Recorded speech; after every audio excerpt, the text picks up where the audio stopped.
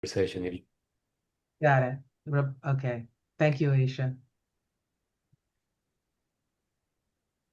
So, Rebecca, this is our session is Mending Our World Together, Interfaith Responses to Social Justice Issues.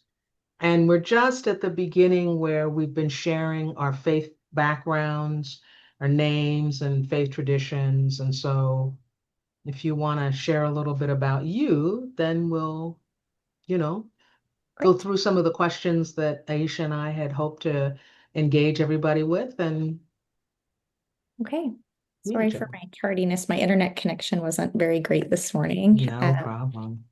My name is Rebecca. I was raised in a Christian home, and I'm currently studying to be a minister in the United Church of Canada.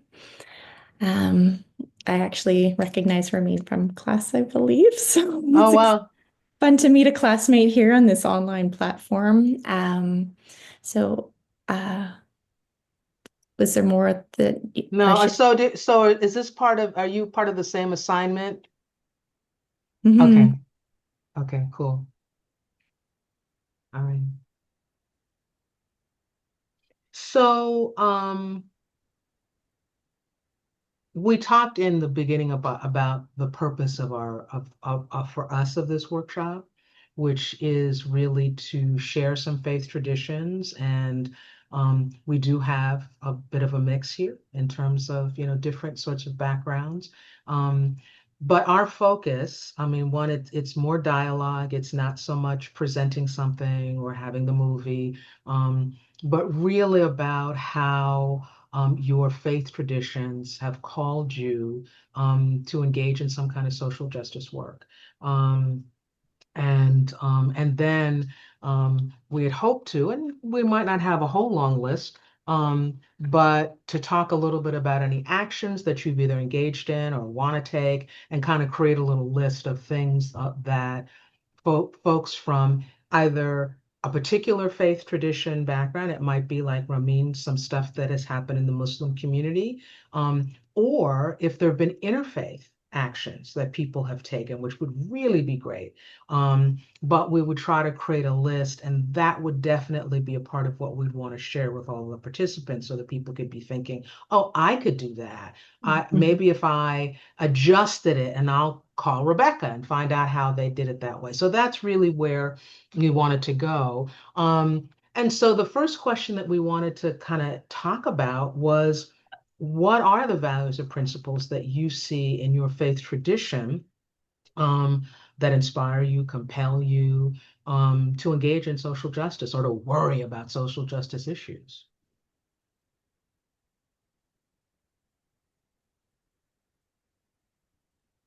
I guess maybe I can start us off. Great.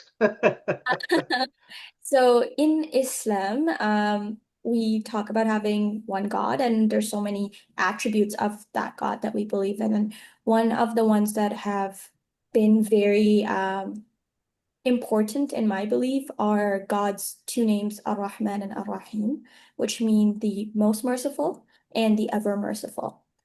Islam really, really emphasizes this idea of mercy for not just other human beings, but for animals and for the plants that are all around us, for the world that we've been given. Um, and I think just looking at the world today, sometimes we don't see that mercy mirrored in the way that we're dealing with each other. I know that I always wanted to do something where I was serving others. It just took me a while figuring out what that was. I'd argue I'm still on that journey right now, but it always centers around that idea of having mercy for each other, um, and just coming in with the best that we can to do the best that we can. Um, Mm, thank you. Yeah, that's beautiful. And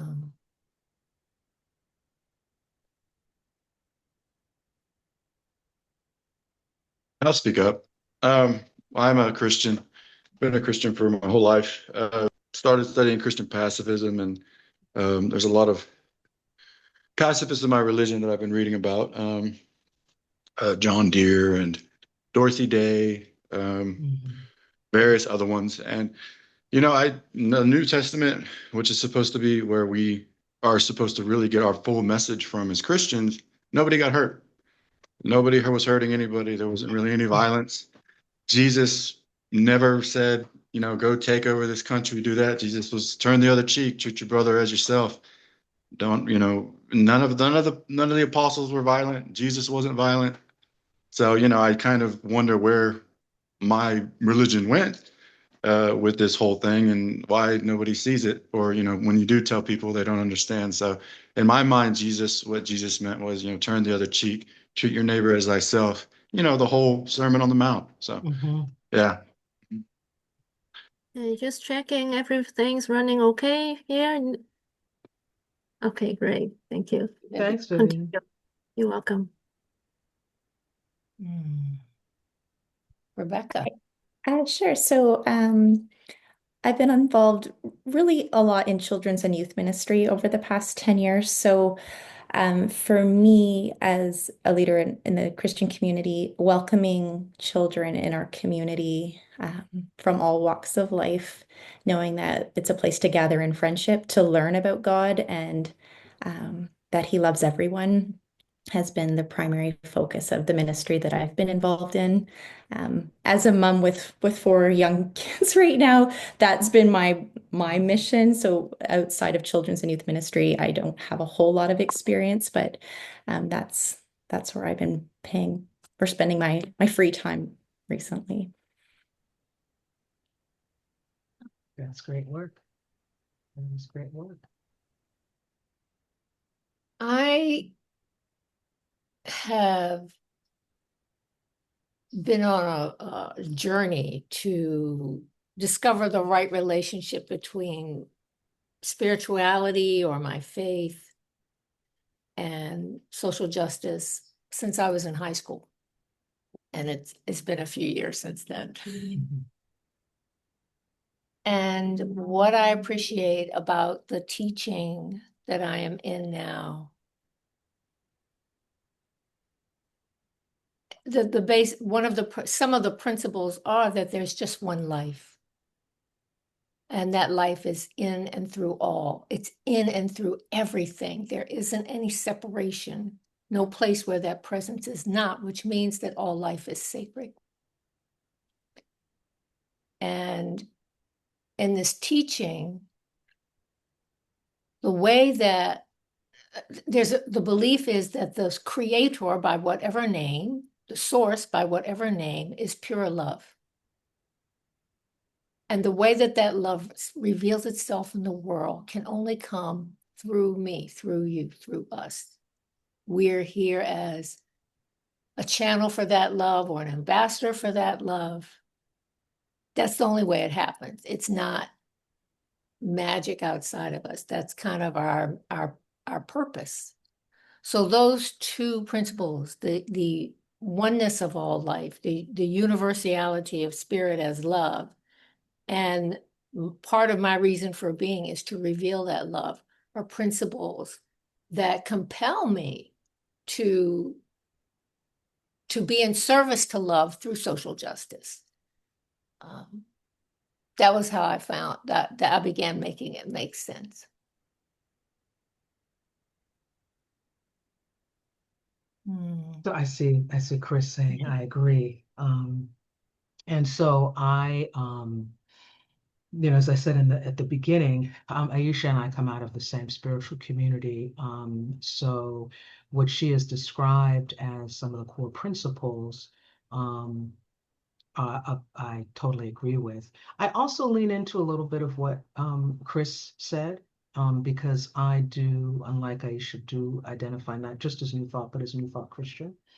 And so I also have had the feelings that Chris has had about how did people end up thinking that Jesus was going to lead an army and should have his name put on bombs that are killing? Where did you get that? And I think one of the interesting things is that, Chris, as you said, there's not a lot of violence in the New Testament, except insofar as we know historically that what Jesus and his disciples and followers were experiencing was the violence of empire. And yet their response was not, although, they did have zealots around them, and, Jesus was in conversation with zealots who were saying, well, you just take up arms. His fundamental response was to deepen love, even as you are resisting and transforming and creating communities that are going to be based on very different values than empire. It was not, let's beat up the other person, let's destroy the other person, let's not see the divine in the other person. And so for me, when I call myself a New Thought Christian, I take what Aisha has talked about, which is that oneness of all things, the love in all of us, the divinity in all of us. And I see in a lot of the ways that Jesus taught and lived that kind of an action. How does one do that? You heal people without question, without asking for money. You heal people spiritually, physically, emotionally. You engage with all kind of people, even the ones who are outside of society. Um, you are not attached to social or even religious rituals that might impede. Jesus would go and heal people on the Sabbath, and everybody would just, not everybody, the leaders would just lose their minds. Why? You can't do that. This is a Sabbath. You're not supposed to. And it's kind of like, we heal. Sometimes ritual can be important, but not over the love of people, the healing of people, the engagement with people. So that is what calls me to take that love and to definitely do a lot of inner work so that I am not um, hating folks who hate me, who are inflicting an enormous amount of pain and damage systemically and individually on other people, and just leaning hard in my faith to resist and transform, but to not become like that, to stand firm on the principles of love and oneness, and the manifestation of a very different kind of world, that kingdom of God that Jesus talked about. And I know that in other faiths, right, Ramin, when you talk about, mercy, well, what is it? Everlasting and always merciful? I mean, that's like, there's no moment when you don't have mercy. So, there's when is the time when it's okay to be bombing? Not if it's always an everlasting. So I see that there as well. Mm. Yeah. I actually have a question, if that's okay. This is all of our times. Okay. We're co-creating here. Isabel, you said something really powerful there. You said you try not to hate the people that have hatred towards you. And I was just wondering, and anyone can answer this. When you encounter those people in real life, you're going to have a response, right? And sometimes you might face aggression from their side. So how would you go about dealing that in, I guess, a practical situation?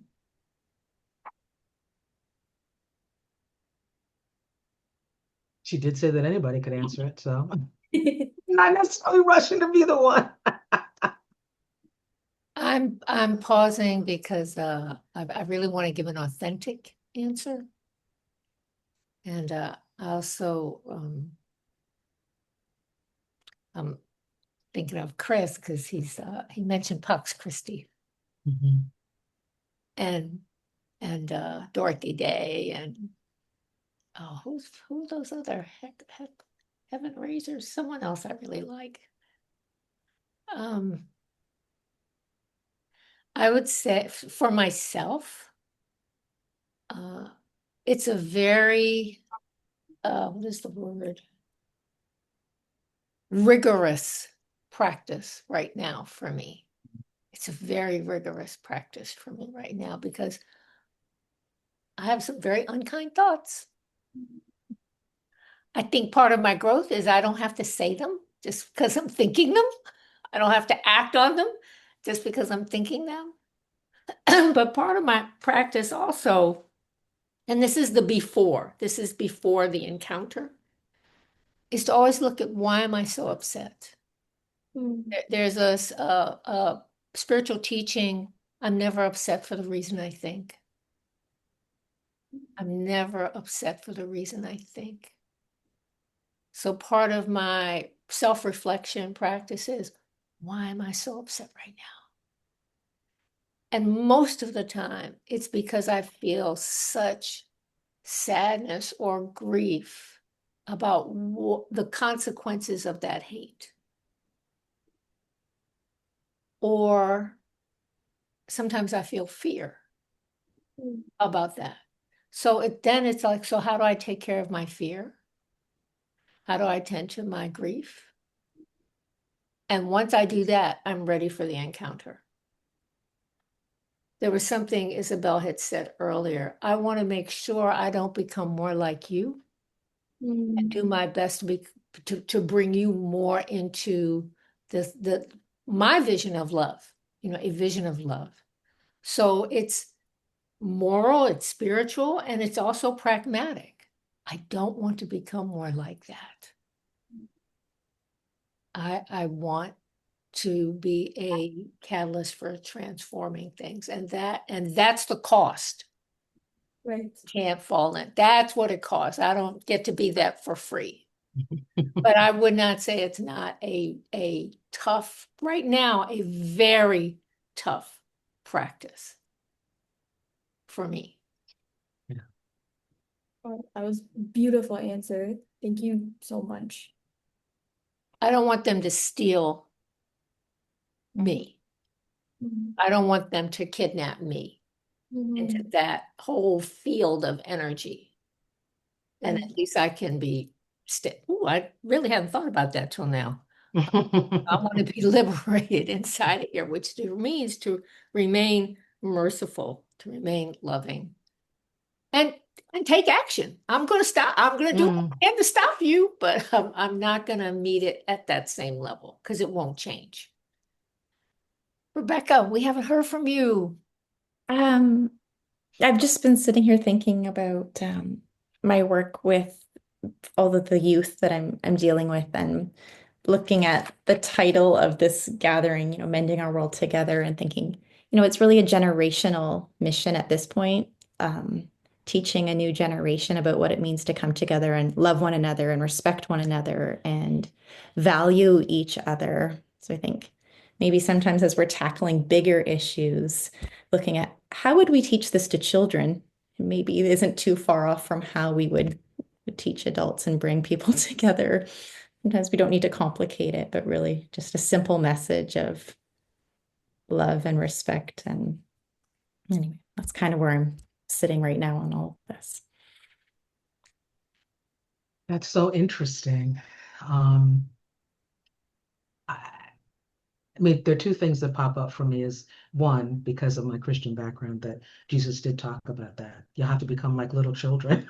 Yeah. And the other thing, I kind of wonder, Rebecca, what sorts of things you've done when you're working with kids in the church when they have conflicts. Because there is a way, I think there's an expression, something along the lines of like, everything I needed to know I learned in like kindergarten or in romper room or something like that. Share your toys, play well with others, don't say mean things. And and there is a way in which you're so right. It's like we teach our kids certain things, even when they're in conflict, and then there's some moment when we become adults and it's like all bets are off. Yeah. When you were a kid, it's like don't call them names, and now, the president of the United States and is, calling people names and begging for. But anyway. I don't know. I mean, I live in a relatively small town, so I know the kids. So the kids in my club are from kindergarten to grade 12. So I know they see each other in the community, whether it's at school or at the hockey arena, baseball field, other activities. And maybe they're not always close friends outside, but when they gather for a club, it is a community, and they do have relationships and friendships because they know when we're here, we're playing games together and we're doing all the things, and I'm building a relationship with you, and this is a safe place to do that. And I don't know, sometimes kids, I find they help us make things less complicated. I don't even know how to put it into words, but they just something they want community, they want friendships, and they're just looking for an opportunity and a platform to come together, and that's what we're trying to provide. Yeah.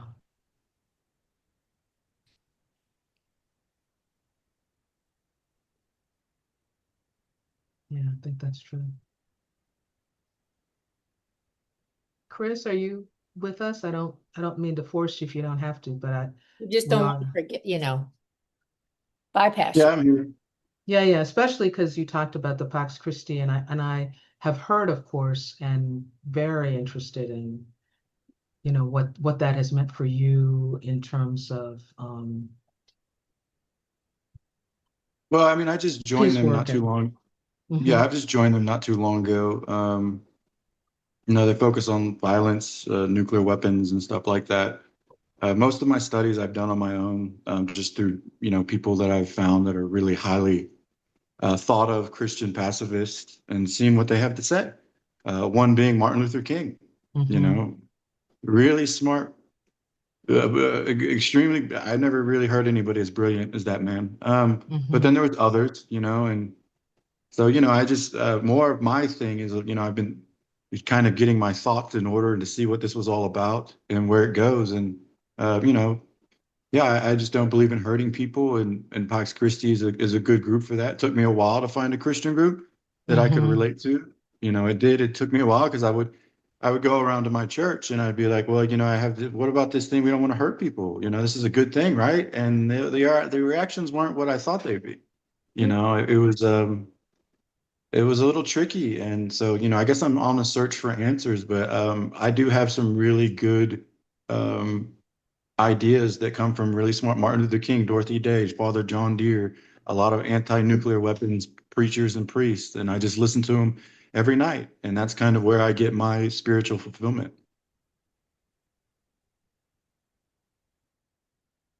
That is great.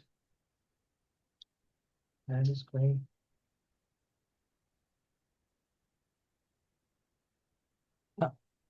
Basu has a Thank you hand so up. much. Yes, thank you. I would like to share that Okay. this connection that we are having to recognize the interconnection with all diverse religions and to appreciate the diversity of our identities and intersections that include that we are from different countries, different cultures, and even languages. I remember that I used to don't speak English when I moved to the US.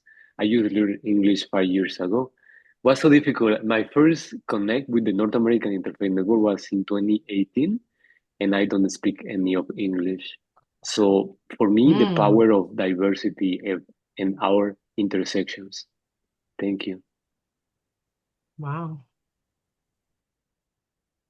I was recently watching, and I don't remember the proper name of it, but I guess the Pope had hosted a big concert very Mhm. recently, and I caught a little bit of it. And one thing that I caught the part that I needed to hear, and the entertainer Pharrell was speaking.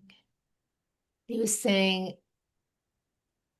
too often when people meet someone who is different from them, our thought is you're different. We pull back and think you're different from me.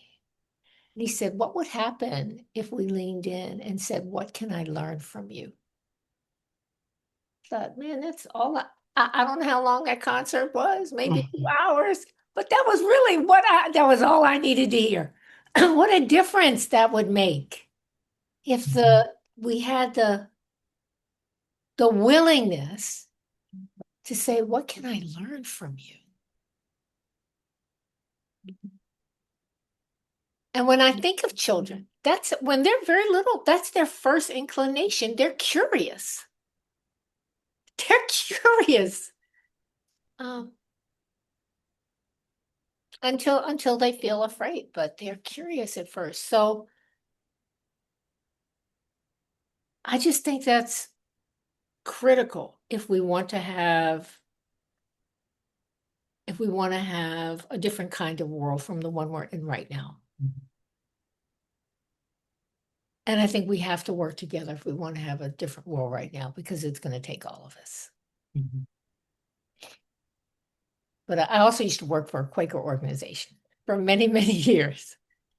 And one of their sayings was you make to get to peace, you have to pave the, you have to be peace as you work toward peace. You have to create the road, build the road as you walk it. And that's it. If we want a world that is welcoming for everyone, then we have to do it now.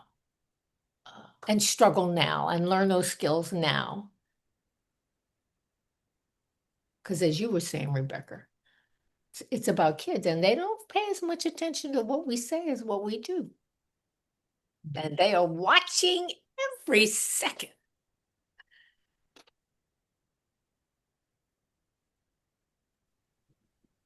Yeah, To that is. Go ahead, Romy. Sorry, just one thing and Rebecca, you might remember this from one of our classes. Islam has this concept that when a child is born, they are on their fitra, which They is on their what? their fitra, which Uh-huh. is also just the Arabic word for innocence. Um, Children are born innocent. Their morals are already defined. They're beautiful. They know what's right and they know what's wrong. And it's sort of experience with society, and as Aisha, you said, maybe the fear and other aspects of the world that kind of changes that into other directions. But yeah. Yeah. They're I think I heard the song as part of, this is decades ago. It might have been CORE, the Congress for Racial Equality or something, but it might have actually been from South Pacific, an old Broadway show. You've Yeah. got to be carefully taught. And you would not want me to sing, but I don't know the words. But the gist is that exactly what you said, Ramin, which is that kids have to be carefully taught. You have to learn who your relatives hate so that you can hate them, because you don't know. You don't come out deciding you're going to hate those people. So they got to teach you that very carefully. And I think that yeah, that is very, very true. And we're seeing that echo in the different faith traditions, that we start out fine. That's how God made us. Just perfect and fine. And then all of what in New Thought we often call race consciousness, what people have made up, what we're supposed to be afraid of, what, that kind of sets in. And a lot of our task is to release the lies that there's not enough, that I'm just too different from somebody else, that differences, instead of being like walking into a botanical gardens and just saying, oh my God, there's so much great stuff here, it's like, oh my God, you're different and I need to kill you. That, all of, that you start to release the stuff that was really not meant for you, was not the divinity that you were provided with. It is something that is covering it up, hiding it, separating it from you. One of the reasons that we wanted to do a workshop on this theme is because in so many faith communities, including some that I've been part of from time to time, there isn't much conversation about social justice in the spiritual community. They say, oh, we can't bring politics into the community. But what the way I think about social justice is, well, this isn't about politics. This is about our spiritual values, what our teaching, professes. How do we live that? What does that look like? As one teacher said, what does love look like in action? So finding ways to engage in this conversation in alignment with our community is essential if we want to enroll, if we want to activate our community to be a force for good beyond our own walls, beyond our own specific group. And we're curious about if there are actions that your community has taken or actions you've heard about that intrigue you, that we can begin to look at possibilities for activism. Not every action is civil disobedience. We're all going to go out today and we're going to get arrested. And that, I think too often people think of that first, which is usually last, way down the line. So I want to open the space for things that your community or other communities have done, or that things that you've heard about that intrigue you.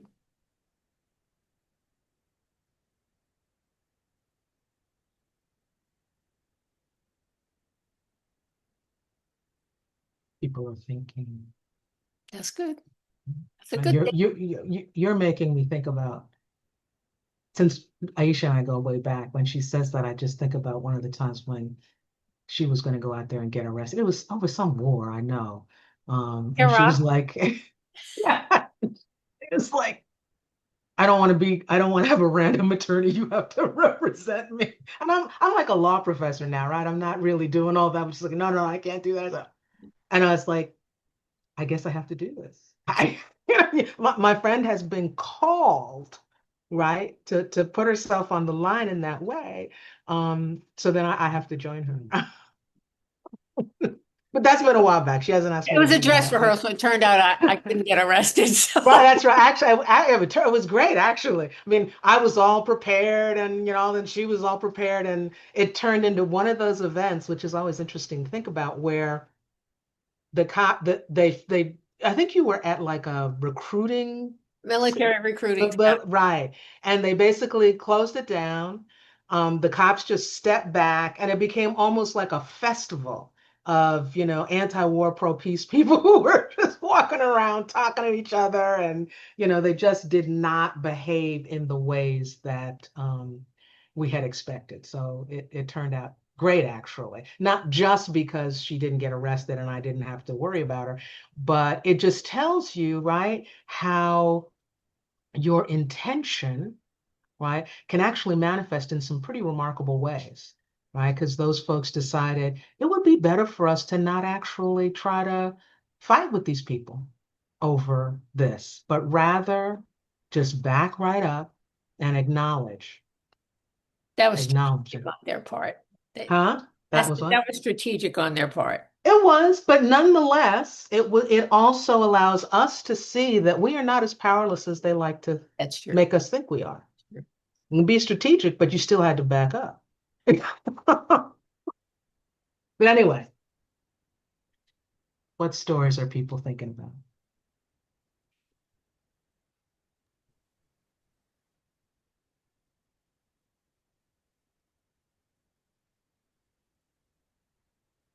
Chris? That we're saying kind of like interplay and how we see them interplay. Mm-hmm. I mean, I guess when I see these war protests and stuff, and these interfaith groups speaking about war against war, like the Muslim groups, and how they all come together.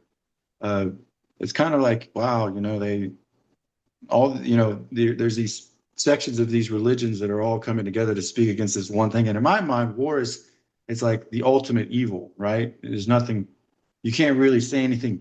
It's so messed up that it's now you can't even compute it. So when I see all these groups come together, I'm like, I think in my mind, I'm closer to those individuals in those different religions that that think that that's wrong than I am to a large section of my religion that thinks it's right. Mhm. Yeah. And Yeah. I wonder, I'm like, my religion sometimes speaks bad about those other religions, but they're doing a lot of good things. They're really speaking out, and they're not, so, that's what I'm saying is like, when I listen to that part of my religion that says blah, blah, blah against whoever, I'm like, I'm not going to really pay attention to you. I'm going to use common sense. Yeah. I think maybe just to speak on that as well, in light of current circumstances and where the world is, protests have been a big part of, at least here in Ontario, at the university level, at the city level, at everything. But I also noticed there's a lot of smaller things that I think are having just as much of an impact that maybe it's easy to overlook. Part of that is the conversation, right? I think the biggest, I wouldn't call it an upside because I don't think there's any upsides to the situation, but perhaps something a little more positive that has come out of it is that people are more curious to learn about each other as a consequence of the misconceptions that have been spread. Mhm. And that goes both ways. I've had a lot of conversations with people in my university classes, people in my neighborhoods, who had misconceptions about Islam. And I was able to clear those up, and vice versa. I had a lot of misconceptions about Judaism, about Christianity, about all these different religions. And by being open to those conversations, I was able to teach them about my faith, and they taught me about theirs. And if anything, I think similar to our conversation so far, there's more similarities when it comes to something like social justice than there are differences. And so maybe just recognition of that, I feel like has been a really positive thing. Thank you. Yeah. So one thing that faith communities are uniquely positioned to do is to host those kinds of conversations, or to partner with other different faith groups to bring their communities together for conversation. Right after the Iraq War began, a group formed called Interfaith Communities United for Justice and Peace, long name, long name. And that turned out to be an incredibly rich experience for me. They're still together. So that's like 25 plus years later. A breadth of spiritual communities. But what united us was the idea of peace and peacemaking. And just being in regular meetings together with this diversity of backgrounds and ethnicities really enriched each one of us individually beyond what we were able to do as an organization. And I'm thinking of other faith communities that host dialogue or choose to participate in dialogue.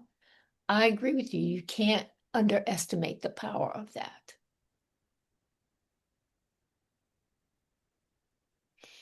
Yeah. I mean, I think that I agree, and I certainly have been guilty myself of this notion that I'm going to do something big. It's got to be dramatic. It's got to change a whole bunch of people tomorrow. And we forget that, however articulate I may be or my writing may be, there's really nothing more powerful than, Ramin, when you talked about, engaging your classmate or your neighbor, right? There you are, and all of a sudden, I know, Rebecca, you've got like 4 kids. You see a mother with a hijab and she got 4 kids, and it's like, this, I don't, we're kind of like doing this. She might say Allah and I might say God, but we're still praying that these kids are not going to drive us crazy. You know, and it doesn't really matter which day is your Sabbath. You're still there saying, be quiet. I'm trying to get, right? That there's something about meeting the individual that really has an impact on your ability to see the divine in people in ways that if you're not prepared for that, right?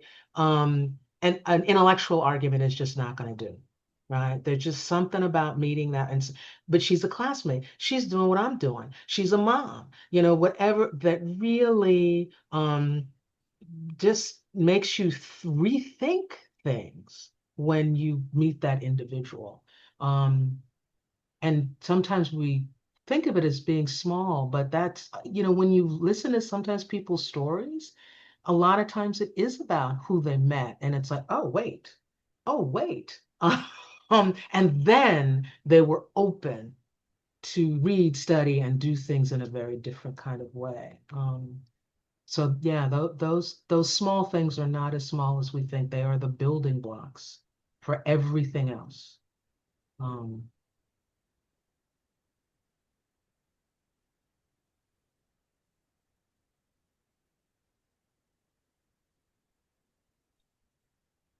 Aisha, you look like you were going to say something. Yeah, I was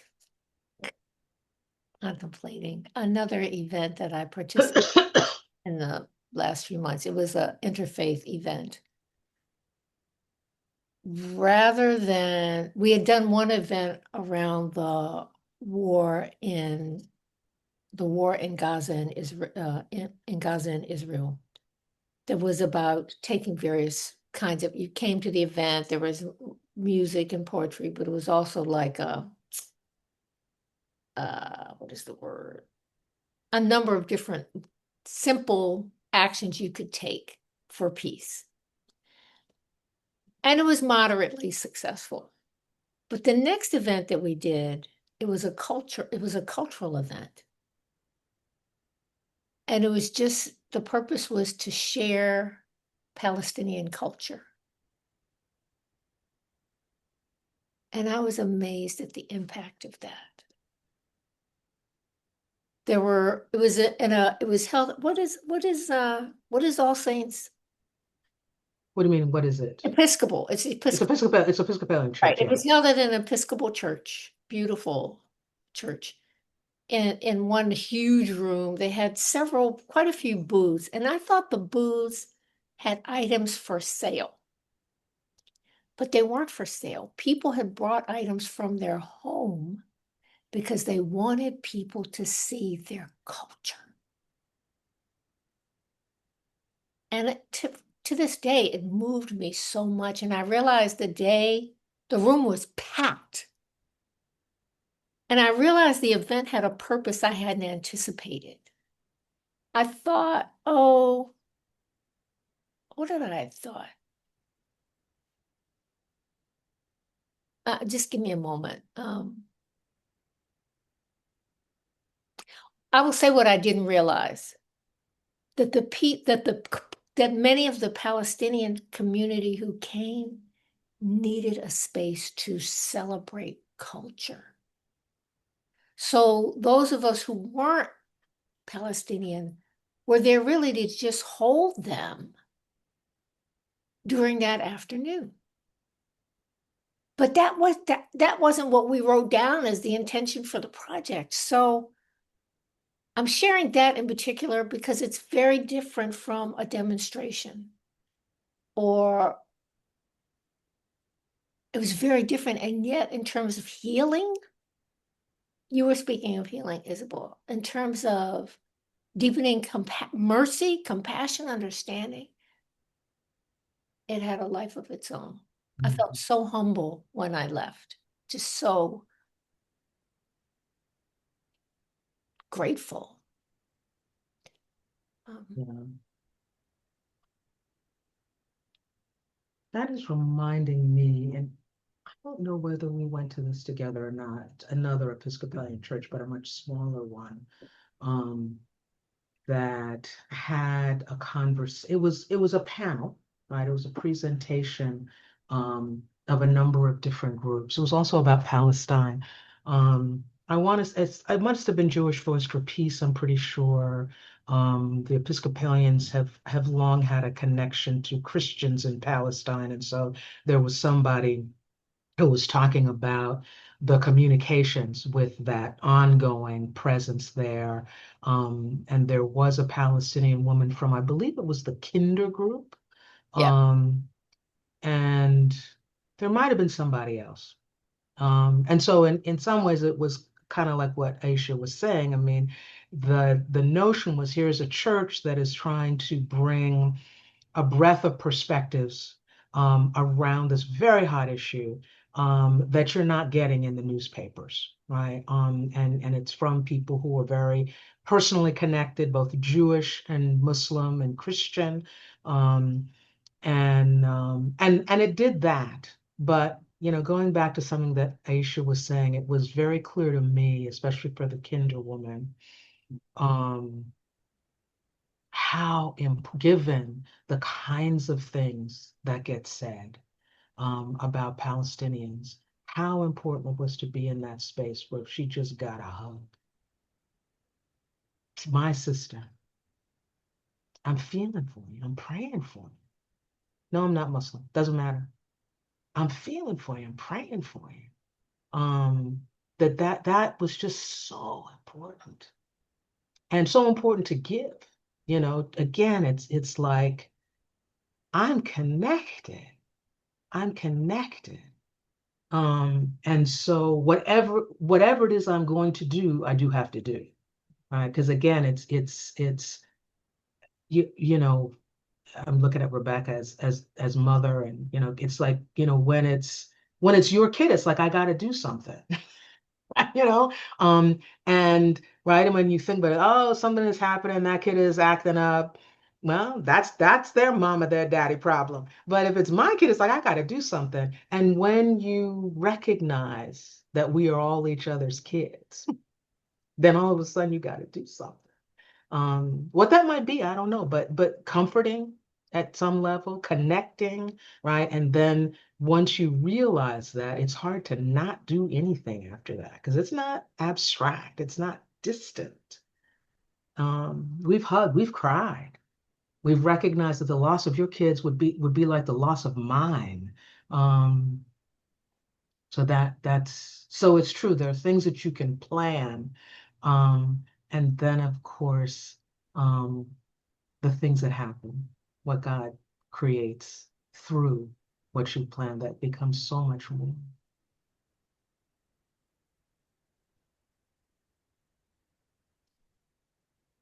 Are there actions that people have heard about that they think are, I don't know, interesting, or interesting, but how could people do that?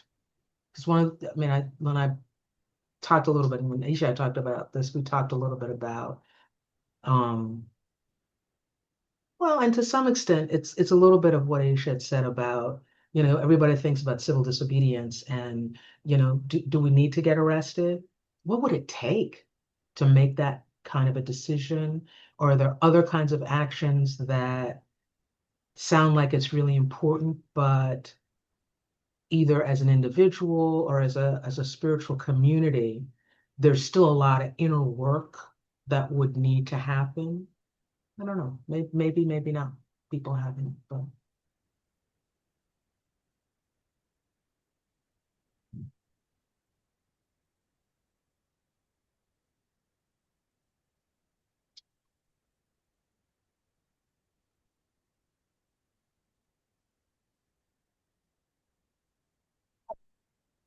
Sorry.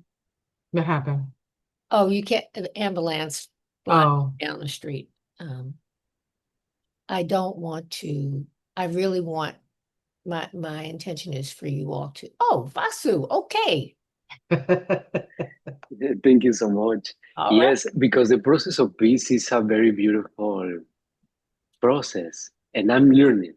And I hope that we can learn together from the diverse traditions. I also feel that each of our religions have a very unique approach on peace. For example, I'm Buddhist, and sometimes peace could see in different ways in different religions. So yes, I want always to continue having these conversations to learn how to live in the process of peace.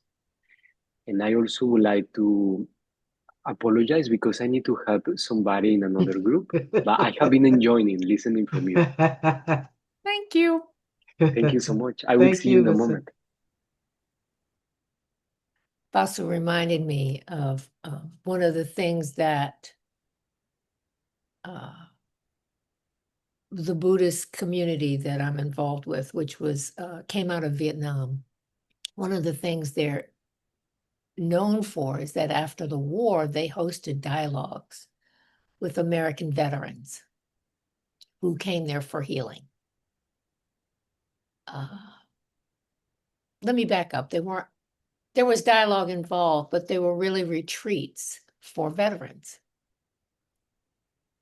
to hear from the moral injury that they had experienced. And I, to this day, I'm in awe of their capacity to do that.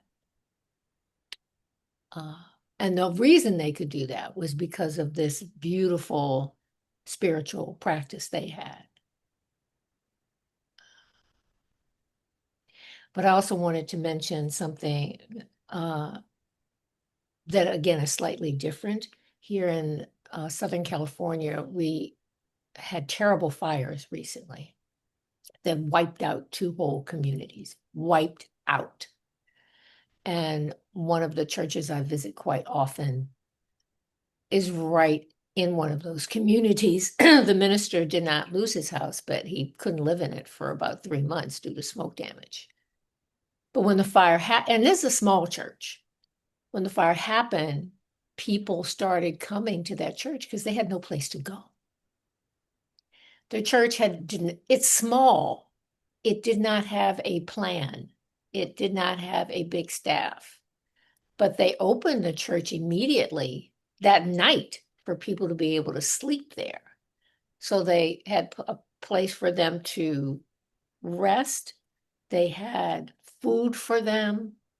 They, like so many places, but what impressed me was how small this church is. They had, one of these events for several days where people could come get free things.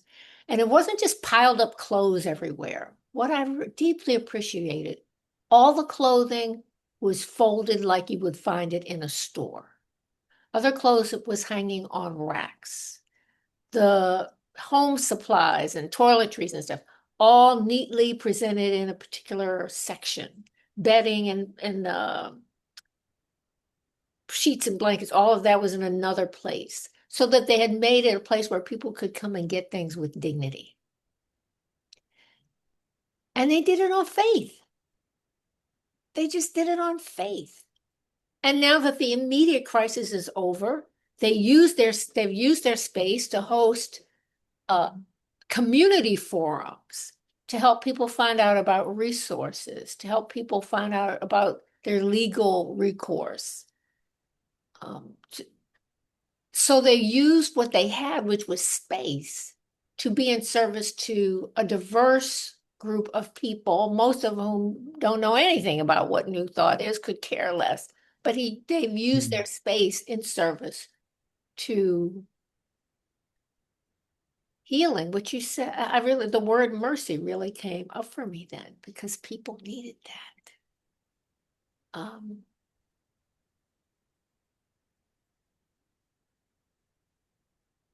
So I shared that one just to say that it can look so many different ways.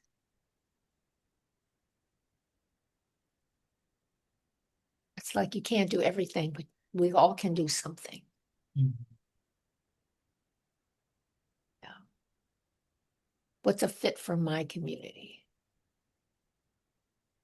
I love that you say that, and it reminds me of a principle that we have, which is that charity starts from home.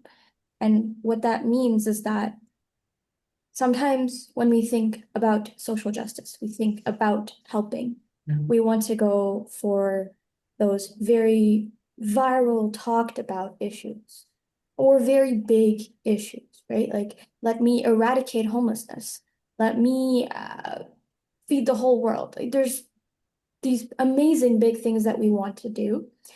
But sometimes what we forget to do is look at the people around us, starting with your siblings and your parents, and then your neighbors, and then your communities. And I think, Aisha, what you just shared is a beautiful example of that. Um, if we can do just a little bit for the people around us, and if that was the principle of each individual, I feel like we would be seeing an active change in the way that the world is right now.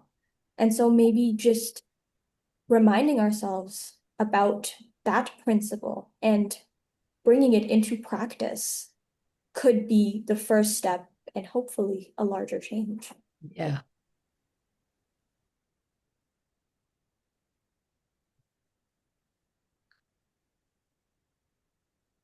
Yeah.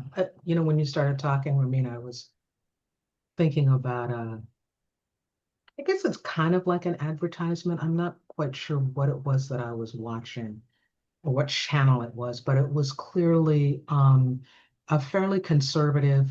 I would probably characterize it as a Christian nationalist kind of a group, but at least it was a conservative Christian group. And my ears kind of pricked up because they were talking about the need to live your Christian values. And I thought, oh, I wonder what they're going to say. And they were talking about giving money to provide resources for elderly Jewish, they had pictures mostly of women who were Holocaust survivors living in Russia. And, I think that's like a good thing to do. But I was like, you do know we have here in the United States some hungry people. That and that was as soon as you started saying, "Man, these big things, and when we think about, what are we gonna do to help?" And it's like, what's, you know, this place somewhere far, far away where we're going to go help these folks, as opposed to what are the folks in your backyard? I mean, I don't know where any of the people in that group live, but if they're in the United States, and certainly if they're in a city, there are homeless people who live there.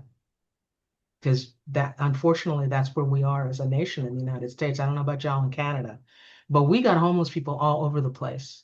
Um, and if you were giving that kind of an attention, as if your homeless neighbors were people you needed to be paying attention to, that would be transformative, as you say, Rami. That would be transformative if our faith communities were insistent that you just cannot leave people on the streets, and we're not going to stop praying, marching, writing you letters, being in your face saying, come on, this is not what we're supposed to be doing in terms of godliness, faithfulness, kingdom, whatever the language is going to be, would be a very different story. I think you're right. It'd be a very different story if we were that committed to literally our neighbors in that very real way.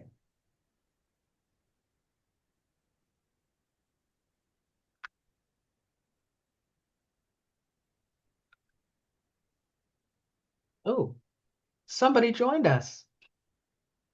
Hi, yeah, our other group finished early, so I thought I'd just drop in and Drop in. say hi. Cool. Am I Eason, right? Eason, You're yes. part of the Hindu of America's organization? Yes, the Hindu American Foundation. That's right. Cool, cool, cool, cool. I remember that. I think they might snatch us out because I think we're actually at 10:40. But Oh, okay. Well, but no, but since you're here, Eason, we have been talking about, faith traditions and social justice actions. Are there things that your organization has done along those lines out of Hindu faith traditions? yes, there are the several organizations here in California uh, collect food around Thanksgiving time. It also happens to coincide with the Hindu Festival of Light, Diwali, and we distribute that at homeless shelters. And we also do it at other times of the year. And there's a Hindu group that I'm affiliated with that helps with disaster relief. And they Oh. sort of parachute in when there's a hurricane that needs fixing, things like that. And social justice, yes, we were in part of the lawsuit in California when there was sort of an injustice going on at Cisco, and we wanted to right the wrongs and let people know that people are just people and not to stereotype them. So in small ways, we are trying to help, but nothing compared to what you've done, I think. I don't know what you mean by you've done. It sounds like a lot of great stuff. Can you tell us a little bit more about the lawsuit? Because I mean, some folks here are Canadians and they may not know what you're talking about. Oh, yes. A lot of Hindus work at Cisco. And one fellow was, he felt slighted and that he was passed over for a promotion. And so he sued Cisco and said, oh, it's because I'm a low caste. Oh. But the manager who was in charge of promoting him was of the same caste. And nobody even asks about caste anyway. It's kind of a little bit of a myth here in America. They haven't carried that with them too much. So it got to be entangled, and the state of California stepped in and tried to define Hinduism in their brief. And we said, wait a minute, a state can't define religion. That's not how it's supposed to be. So we were there filing an amicus brief to try to straighten that out. But I think it's all settled now. All is well. Is there something, because I do remember that there was something about anti-caste, something, something. Is that still going on? Well, yes, there. I guess from the sort of typical right-wing American, it's just brown people fighting brown people. But here in California, there's a group of Sikhs who want to have a separate country called Khalistan in India. And for some reason, they're fighting that battle here in Central California. So they have gotten a law sponsored that's on the governor's desk now to, how do they put it? Let's see. They want to stop organizations that are instruments of Indian nationalism. And they think our Indo-American Foundation is one of those. So they're trying to sort of silence us, and we don't have anything, no connection with India. We're helping American Hindus. There's that going on. So the caste issue is still there, yeah. Yeah. I did not know about that. I'd heard that there was some move to add caste along with various other protected groups, but I did not know of that Hindu nationalism. Yes, and that was a movement at some universities. And of course, we want all people to be treated equal, but the attorneys at Hindu American Foundation felt that was singling out a particular faith. Like you wouldn't say, we want to protect the Sunnis from the Shias when they go to university, right? That would be sort of defining a religion. So we were against that, although we are pro equality for everyone. I'm noticing we have just a very few minutes to wrap up. Oh, yes. Go ahead. I'm sorry.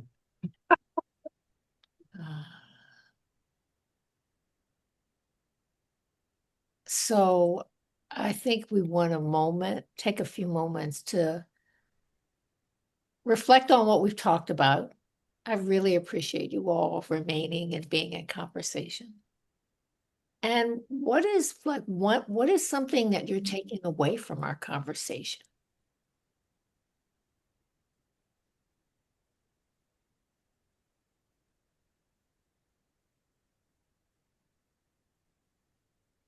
Yeah, I'm a last minute drop in, so I can't help with that answer. I think But I'm But willing to it is listen. just like I am. one takeaway for me is just to maybe be a little more brave to engage in conversation. And Ramin and I are in a great situation right now, starting in this academic journey that we're in, to be surrounded by people from different faiths. So to use this time to learn as much as I can from others, that will serve me well as I step out into ministry in the future. So it's pretty great. I think I agree with Rebecca there. I think just um, coming back to that idea about kids being curious, maybe we should all be just a little bit more curious about others. And I'm sure that can do a great deal of good. Yeah. Chris, you there?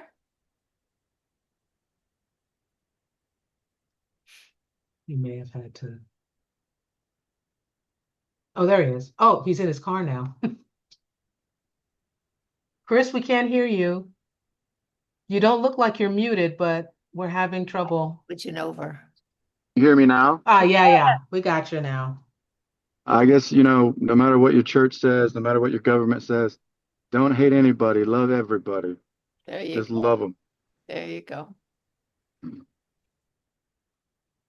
Yeah, that's an interesting way to put it too. That it's your church, not God. Right? Well, It's this organized groups of folks who want to tell us what the meaning of what it is this, and somehow it moves from the greatest commandment is love to put Jesus' name on a bomb and kill Muslims. So I think you're right, Chris. It's not about what your government says or your church says. Keep listening to that still small voice that is telling you we are connected and we are loved.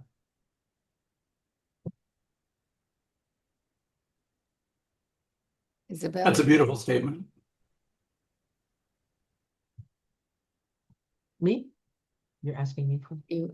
Oh, thank you guys. I just I'm very appreciative that you all decided to stay.